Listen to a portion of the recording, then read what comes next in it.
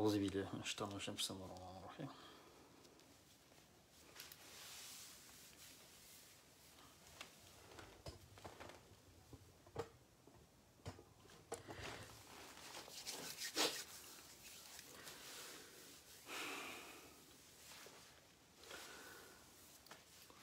Bonsoir les amis, bonsoir, bonsoir mesdames et messieurs, j'espère que vous allez bien. Je suis un peu tardif aujourd'hui exactement et je vous présente mes excuses encore une fois de plus parce que, voilà, comme vous le savez, l'occupation elle est très grande.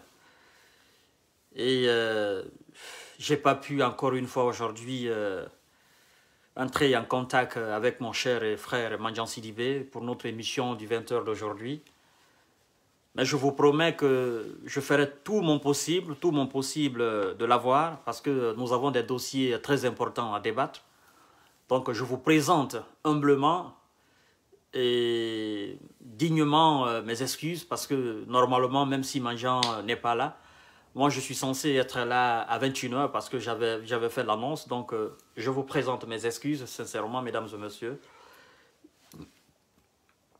Et voilà, comme vous le savez, l'occupation elle est très très grande. Et en plus de tout ça, bon, les appels et voilà, je ne peux pas entrer dans tous ces détails, vous parler. Ce que je peux faire seulement, c'est de vous faire comprendre que c'est indépendamment de ma volonté le retard. Alors, mesdames et messieurs, vous partagerez au maximum la vidéo. Nous allons faire en bref un mini live qui ne sera pas long.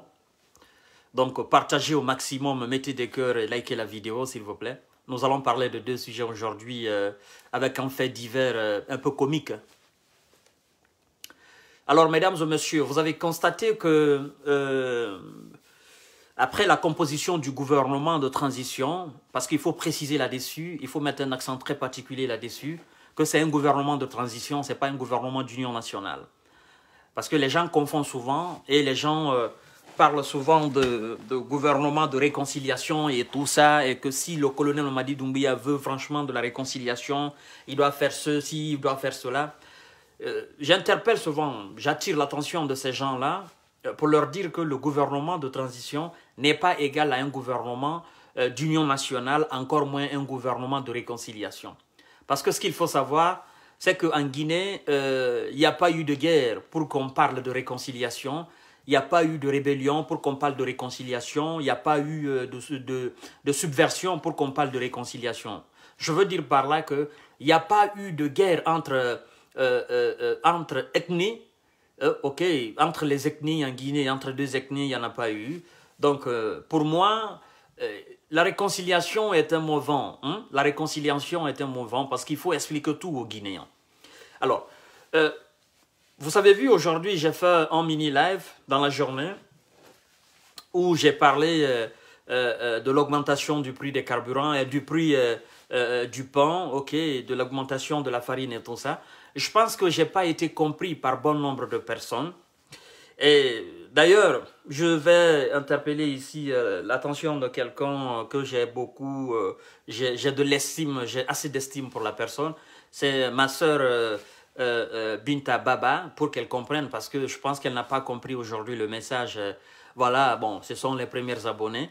Et j'ai le devoir de leur faire comprendre que, voilà, ce que j'ai dit, si elle n'a pas compris, je vais revenir un peu là-dessus. Ma sœur, ce message-là, c'est particulièrement pour toi. Je pense que tu n'as pas compris aujourd'hui le message. Quand tu as parlé de Smith ici, quand j'ai parlé d'augmentation du prix du pain, tu m'as parlé de Smith et tout ça là. Au fait, le Smith n'a rien à voir avec l'augmentation du prix de farine à l'international. D'accord? Que le Smith soit élevé ou pas, ça n'a rien à voir avec l'augmentation du prix de la farine. Le prix de la farine est fixé. Ça n'a rien à voir avec la France, ça n'a rien à voir avec la Belgique. Est fixé à l'international. D'accord? Et quand le prix de la farine monte ici, à l'international, il faut accepter que ce prix-là aussi va augmenter en Guinée. Les gens qui travaillent ici, le salaire de base ici en France est connu. Le salaire de base est connu en Guinée. Mais cela n'a rien à voir avec l'augmentation du prix de la farine. Et par conséquent, l'augmentation du prix du pain. Donc, ce n'est pas la même chose. Même si vous êtes payé ici à 1 million, on s'en fout.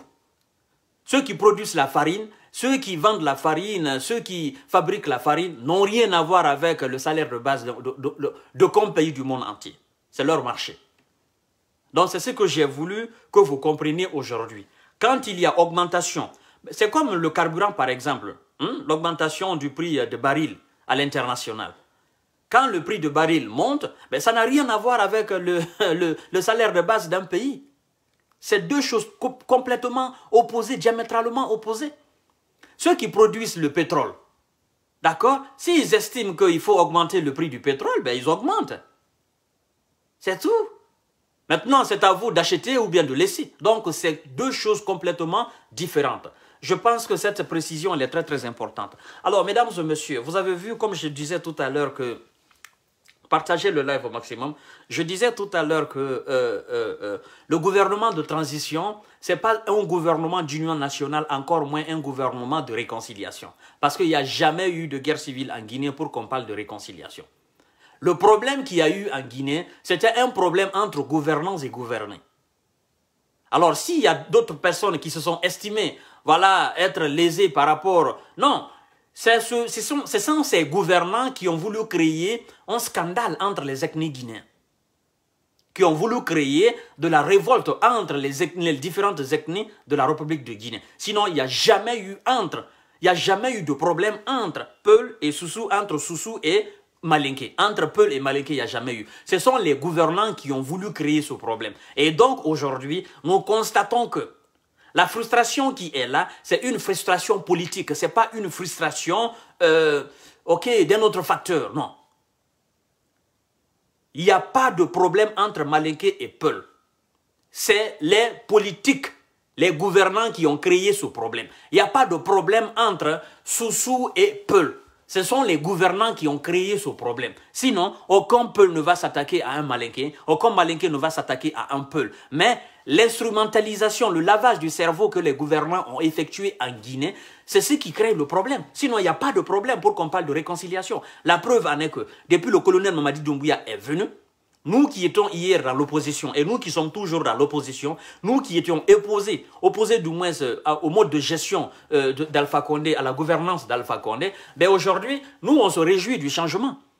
Et ceux qui supportaient Alpha Condé hier, aujourd'hui, ils ont pris notre place. Donc ça veut dire que ce problème, c'est un problème politique. Ça n'a rien à voir avec un problème ethnique ou un problème de région ou un problème tribal. Donc, il faut que vous compreniez très bien. Mamadi Doumbouya n'est pas venu pour réconcilier les Guinéens. La réconciliation en Guinée, c'est un mot vain. Nous avons besoin du travail. Et il est là pour donner du boulot à la République de Guinée. Il est là pour instaurer la justice. Il est là pour instaurer l'État. Il est là pour la refondation de l'État. Il est là pour l'organisation, pour la réorganisation de notre État. Il n'est pas là pour la réorganisation des ethnies guinéennes. Il faut que vous compreniez très bien. Mamadi Doumbouya n'est pas venu pour prendre la main des Peuls et mettre dans la main des Malinké ou prendre la main des Malinké et mettre dans la main des Soussou. Non, non, non, non, non, non. Dans tous ses discours, il dit la refondation, la réorganisation, l'instauration de l'État. Vous devez comprendre. Alors, on n'est pas dans ce faux débat de réconciliation ou pas de gouvernement d'union nationale. On n'est pas dans ça. On est dans la transition. On est dans la réorganisation de l'État. On est dans le renouveau. On est dans la renaissance. Alors, celui qui estime que oui, il n'est pas d'accord avec telle personne, va régler ton problème avec cette personne-là. Nous, on n'est pas dans ça. Le problème majeur de la Guinée, c'est un problème administratif. En tant qu'on n'a pas une administration forte, mise en place en République de Guinée, il y aura toujours des tensions en Guinée. Parce que les gouvernants, ils abusent de leur pouvoir. Ils abusent de l'autorité. Et c'est ce qui est marrant, c'est ce qui est dangereux, c'est ce qui ne doit pas se faire. Et c'est pourquoi le colonel Mamadi Doumbouya, il s'est inscrit dans cette logique de la réorganisation de l'État. C'est cette bataille qu'il est en train de mener. Et c'est ce qui va dans l'intérêt supérieur de la nation. Partagez au maximum la vidéo, mesdames et messieurs. Alors, je vous ai dit dans le titre que après les ministres, nous constatons aussi les secrétaires généraux qui ont enfilé la tenue militaire. Vous savez, dans mes discours précédents, pendant les campagnes électorales, tout récemment même, je vous ai parlé de ce qu'on appelle la création de son peuple.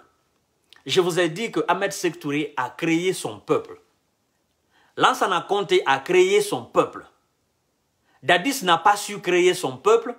Sekouba Konaté n'a pas su créer son peuple. Et Alpha Condé a créé son peuple.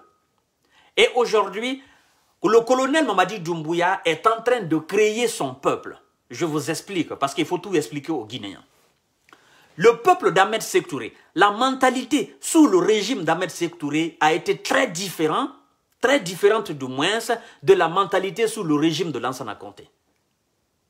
La mentalité sous le régime de Lansana Conté a été aussi très différente par rapport à la mentalité sous le régime d'Alpha Condé.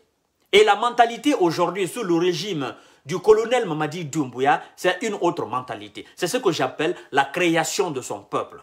Le peuple de Guinée est déjà créé, mais mentalement, il faut du renouveau, il faut de la renaissance. C'est ce que moi j'appelle en termes clairs la création de son peuple. Tout chef d'État, tout président, que ce soit un bon président ou un mauvais président, crée toujours son peuple. Si vous êtes mauvais, vous allez créer une mauvaise mentalité. Et Alpha Condé a créé une mauvaise mentalité. Si vous êtes un dictateur, vous allez créer une mentalité dictatoriale.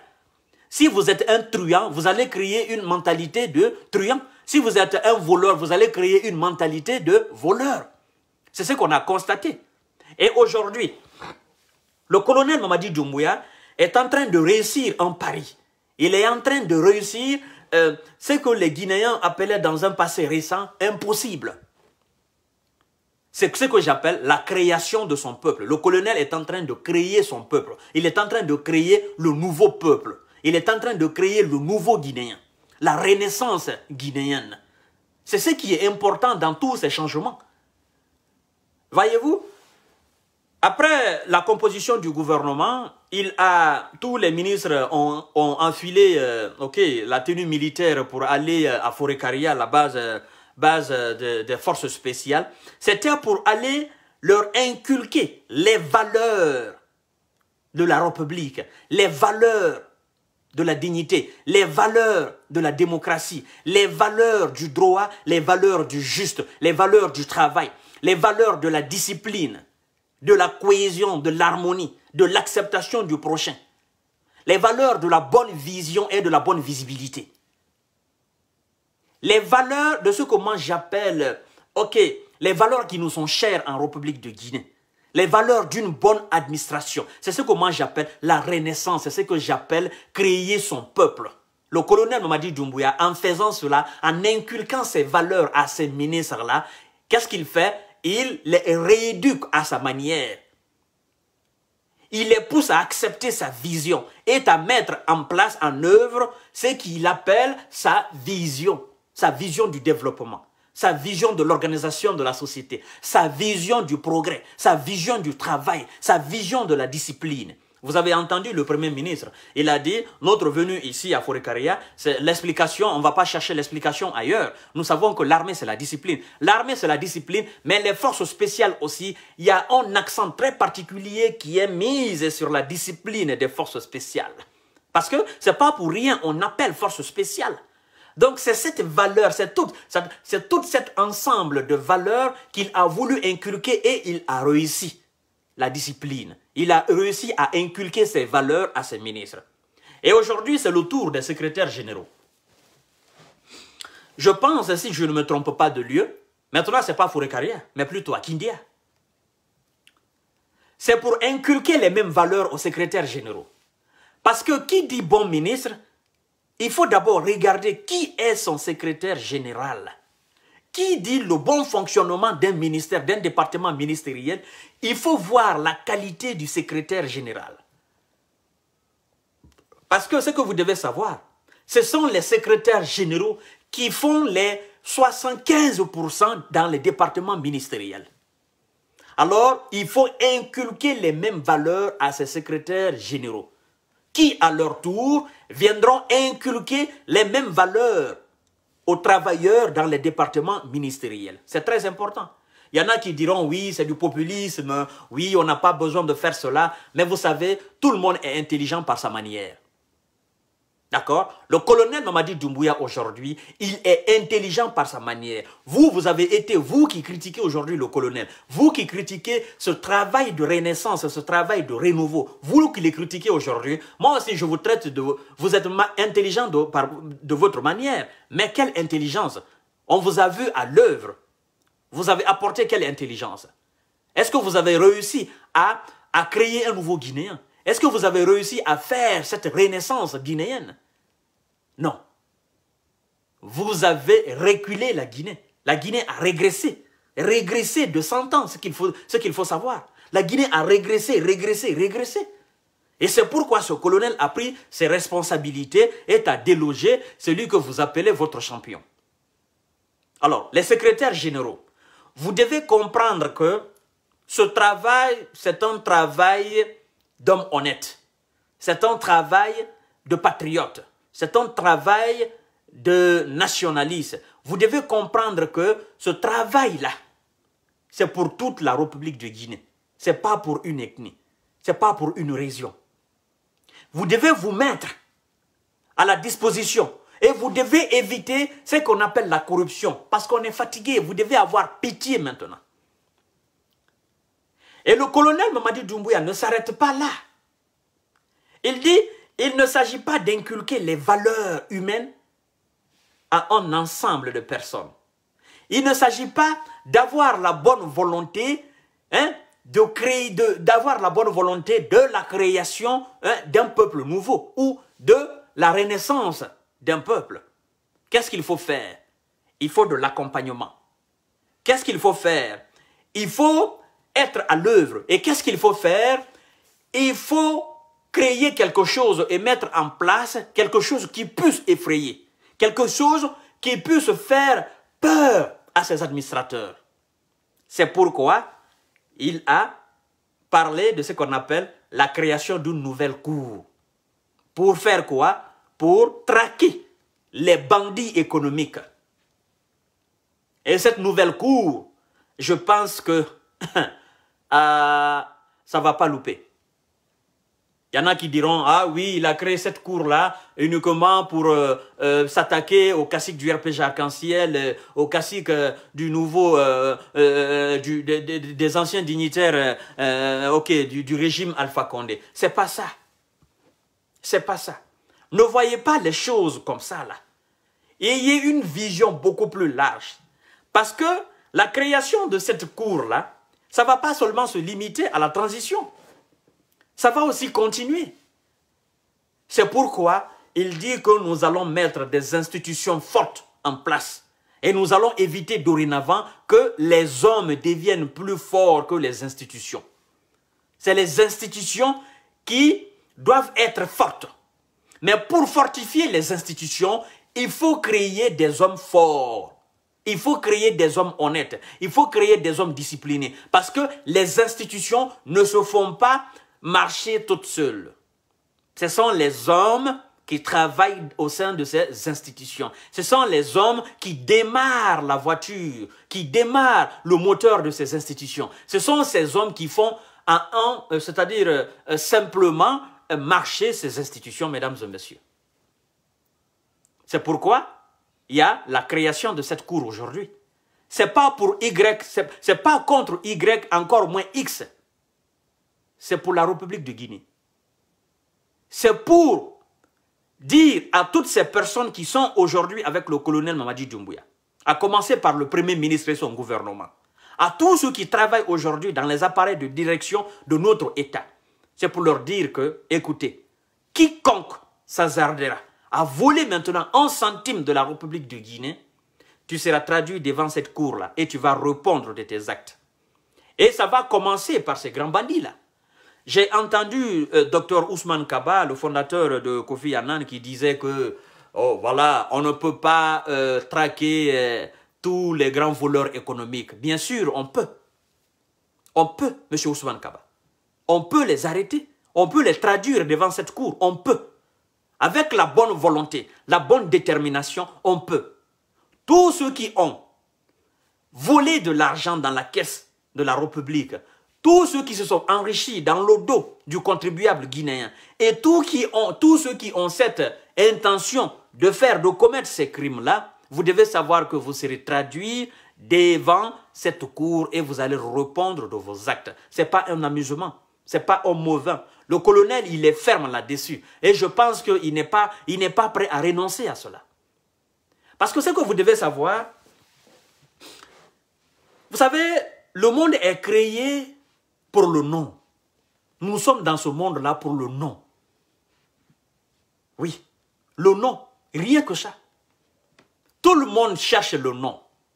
Tout le monde veut laisser un nom derrière lui. Qu'après sa mort, les gens se souviennent de lui. C'est ça. C'est ça. Écoutez aujourd'hui, quand on parle de l'indépendance guinéenne, on va parler d'Ahmed Sékou Touré. Pour parler d'Ahmed Sékou Touré, on se réfère de quoi? On se réfère de ce qu'il a fait. Tout est fait pour le nom. Quand on parle aujourd'hui de ceux qui ont mis la Guinée en retard, on va parler d'Ahmed Sékou Touré aussi. On va parler de Lansana Conté, bien évidemment. Ils ont été des dictateurs, bien évidemment. Il ne faut pas nier cela. Même s'ils ont fait quelques progrès, mais ils ont été des dictateurs. Ils ont mis ce pays-là en retard politiquement. Ça, il faut le dire. Il faut avoir le courage de le dire. Parce que toute personne, tout chef d'État qui refuse de partager le pouvoir, qui refuse d'organiser des élections libres, crédibles, transparentes, démocratiques et quitter là-bas, tu es simplement un dictateur. La dictature, c'est ça. Allez-y chercher la définition de la dictature ou d'un dictateur dans le dictionnaire. On vous dira que c'est le refus du partage du pouvoir. Quelqu'un qui est à la tête de l'État, qui refuse de partager le pouvoir, tu es dictateur. Alors Ahmed Sékou Touré, paix à son âme, il a été dictateur. Lansana Conté, paix à son âme, il a été un très grand dictateur. Les deux ont fait 50 ans à la tête de notre État. 10 ans, 2 mandats, ça nous donne 5 présidents. De l'indépendance jusqu'à la mort de Lansana Conté. Oui. Ça nous donne 5 présidents. Et de la mort de Lansana Conté jusqu'à maintenant, dans les conditions normales, on devrait avoir 2 présidents. Voyez-vous? Alors c'est pour vous dire combien de fois nous sommes en retard politiquement. Et c'est ce retard politique-là qui joue sur la Guinée économiquement. Parce que c'est la politique qui régit la nation. C'est la politique qui régit toutes les institutions de la République. C'est la politique qui régit l'économie. C'est la politique qui dirige l'économie. C'est la politique qui oriente l'économie. Ce n'est pas l'économie qui oriente la politique. Quand vous avez une bonne politique, vous aurez une bonne économie. Mais quand vous avez une mauvaise politique, vous aurez une mauvaise économie. On a vu l'exemple sous l'ère d'Alpha Condé. Alpha Condé avait une mauvaise politique. Et c'est pourquoi nous sommes aujourd'hui dans cette mauvaise économie. Oui. C'est la politique qui dirige l'économie. Au fur et à mesure que vous avez de la bonne politique, c'est au fur et à mesure que vous aurez de la bonne économie. Regardez partout dans le monde, dans toutes les grandes puissances. On nous dit, oh non, en Afrique, la politique... On nous dit en Afrique que la politique, c'est l'art de mentir. Je dis, c'est faux. Je m'inscris en faux. Et je dis que ces gens-là n'ont pas compris la politique. Si la politique était l'art de mentir, mais les Occidentaux, les Américains, les Chinois, les Russes, il y a longtemps, ils seraient derrière. Mais non, la politique, c'est l'art de bien gouverner. Bien évidemment. Alors, mesdames et messieurs, je vous parlais de nom tout à l'heure. Ce nom, le colonel veut avoir un nom avant son départ. Il veut laisser un nom avant son départ. Un nom positif, pas un nom négatif. Quand on parle de Dadis Camara et de Sekouba Konaté, on ne va pas les ôter ce qu'on appelle le dossier du 28 septembre 2009. Non. Non. Au début, on était fiers de Dadis et de tout ce qu'il faisait. Mais depuis qu'il y a eu le dossier, les événements du 28 septembre 2009, ça salit complètement le nom de Dadis. Donc, aujourd'hui, tout Guinéen qui parlera de Dadis et de Sekouba Konaté se souviendra tout simplement du 28 septembre. Ça, c'est un. Deuxièmement, tout Guinéen qui parlera de Sekouba Konaté dira tout simplement que c'est Sekouba Konaté qui a contribué à ce grand retard encore de la République de Guinée. Parce que ce sont eux qui ont négocié et qui ont donné le pouvoir à Alpha Condé. Vous comprenez? On vit pour le nom. Moi, aujourd'hui, si je meurs, vous allez vous souvenir de moi. Ça, c'est clair et net. Ça va rester. Ça restera comme ça. Vous allez dire, ah, il y a un jeune, M. Kanté. Oui, vous allez parler de M. Kanté. Ça, c'est obligé. Ceux qui ne m'aiment pas ou ceux qui n'apprécient pas ce que je suis en train de faire diront, ah, ce jeune fou-là. Mais ceux qui apprécient ce que je suis en train de faire aujourd'hui diront, ah, ce jeune-là était un visionnaire. On vit pour le nom. Et c'est pourquoi nous devons encourager le colonel Mamadi Doumbouya à continuer d'avoir ce nom positivement. Et il veut laisser son empreinte en Guinée avant son départ, avant la fin de la transition. C'est pourquoi il est en train de se battre là. Il veut laisser son empreinte, il veut laisser un nom. Nous vivons pour un nom. Il faut avoir un nom. Les religieux aujourd'hui, quand on parle du prophète Mohammed, on va parler de beaucoup de choses qu'il a fait. Parce que pour avoir un nom, il faut faire quelque chose de son vivant. Parler de Jésus-Christ, vous allez parler de ce qu'il a fait, de ce qu'il a accompli. Pour être un grand homme, il faut faire une grande chose. D'accord? Il y a des gens qui sont entrés dans l'histoire négativement. Bien évidemment. Il y a des gens dans toute leur vie, ben, ils n'ont fait que tuer, ils n'ont fait que assassiner, ils n'ont fait que commettre des crimes. Et quand on parle de ces gens-là, on parle des crimes. Mais ils ont un nom. Nous devons chercher ce nom-là. Les grands hommes comme les Samori Touré, les grands hommes comme les Keme Bourama, les grands hommes comme les Elhaj Oumar Tall, les grands hommes comme les Alpha Yaya Diallo, ils ont fait quelque chose pour laisser ce nom-là. Nous devons vivre pour ce nom. Nous devons nous battre pour ce nom. C'est ce nom-là qui donne un sens à notre vie.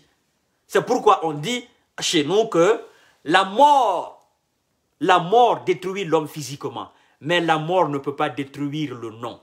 Si vous faites quelque chose de grandiose, ça vous permettra, n'est-ce pas, de garder votre nom dans l'archive de votre nation. Et les enfants à naître se souviendront de vous tous les jours, jusqu'à la fin des temps. Ce que le colonel Mamadi Doumbouya est en train de faire aujourd'hui, là, mais c'est exceptionnel. Dans 100 ans, dans 1000 ans, jusqu'à la fin des temps, à chaque fois qu'on parlera de la République de Guinée, à chaque fois qu'on parlera des chefs d'État qui se sont succédés à la tête de la République de Guinée, à chaque fois on parlera des militaires qui se sont succédés à la tête de la Guinée, quand on va parler des militaires qui se sont succédés positivement à la tête de la République de Guinée, le nom du colonel Mamadi Doumbouya figurera parmi ces noms-là. Parce que je ne sais pas ce qui va se passer à l'avenir. Je ne peux pas prédire l'avenir. Mais ce que je sais, son nom restera toujours. Si le nom de Ahmed Sékou Touré est resté jusqu'à nos jours, d'accord? Si le nom du prophète Mohammed est resté jusqu'à nos jours, si le nom de Jésus-Christ, d'Abraham, si le nom de Pharaon, de Moïse, si le nom de Youssouf, si le nom de tous ces grands hommes-là, si le nom d'Hitler est resté jusqu'à aujourd'hui, si le nom de général de Gaulle est resté jusqu'à aujourd'hui, si le nom de Churchill, Winston est resté jusqu'à aujourd'hui, le nom du colonel Mamadi Doumbouya restera encore dans le temps. C'est pourquoi il faut faire des choses bonnes, que les gens se souviennent de vous. Nous vivons pour le nom. Alors, ce colonel Mamadi Doumbouya a compris cela. C'est pourquoi il est en train de se battre. Et ne pensez pas qu'il est contre quelqu'un en République de Guinée. Il n'est contre personne. Il veut la bonne marche de la République de Guinée. Ne pensez pas qu'il a créé cette cour pour la répression de ces délinquants économiques. Ne pensez pas qu'il est contre les anciens dignitaires du parti Alpha Condé, du régime Alpha Condé. Non. Il n'est contre personne. Ce qu'il est en train de faire aujourd'hui, c'est pour le futur de la Guinée. C'est pour le présent, c'est pour le passé, c'est pour le futur. C'est ça un bon président. C'est ça un bon dirigeant. C'est ça un bon chef. Quelqu'un qui crée des conditions qui peuvent nous permettre d'effacer les parties sombres de notre passé. Des conditions qui peuvent nous permettre de mieux vivre dans ce présent afin de mieux préparer l'avenir. C'est ça un bon chef d'État. Et c'est ce que le colonel Mamadi Doumbouya est en train de faire aujourd'hui. Les ennemis de la République de Guinée, vous n'allez pas réussir à le déstabiliser. Ça, c'est clair. Vous n'allez pas réussir à déstabiliser la Guinée. Non. Dieu ne va pas vous permettre. Et le peuple de Guinée ne vous permettra pas. Donc, mesdames et messieurs, c'était ce petit truc que j'avais à faire pour ne pas abuser de votre temps. Et voilà, veuillez encore m'excuser pour le fait que j'ai été en retard. Voilà. Voilà, je sais qu'il y a des abonnés qui sont au lit actuellement, qui sont en train de dormir parce qu'à force d'attendre M. Kanté à 21h n'est pas venu.